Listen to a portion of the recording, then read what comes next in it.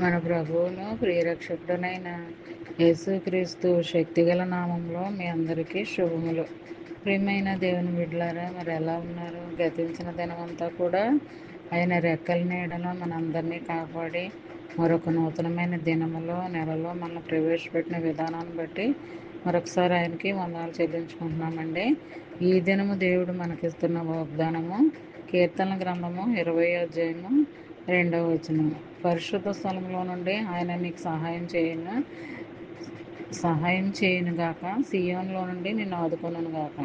ప్రియమైన దేవుని బిడ్డలారా, మరి దేవుడు ఈ వాగ్దానంలో మనల్ని ఆదరణకరంగా మరి మనల్ని ఎంతగానో పోషిస్తూ మనల్ని నడిపిస్తూ మరి ఈ వాగ్దానం మన జీవితంలో నెరవేర్పు కలగాలని మరి మనము ఆశిద్దాము.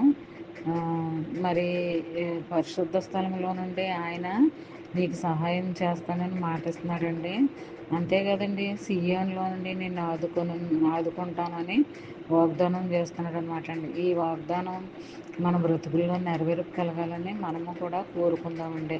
మరి చిన్న వాగ్దానం మైండ్లో పెట్టుకుని ధ్యానించుకుంటూ ఉంటే ఆ దినమంతా నీకు ఎంతో మేలుకరంగా, దేవునికరంగా, ఆశీర్వాదకరంగా ఉంటాయండి. మరి ఈ దినమంతా ఈ వాగ్దానం నీ జీవితంలో, నా జీవితంలో, మనందరి జీవితంలో జరగాలని కోరుకుంటూ, గాడ్ బ్లెస్ యూ.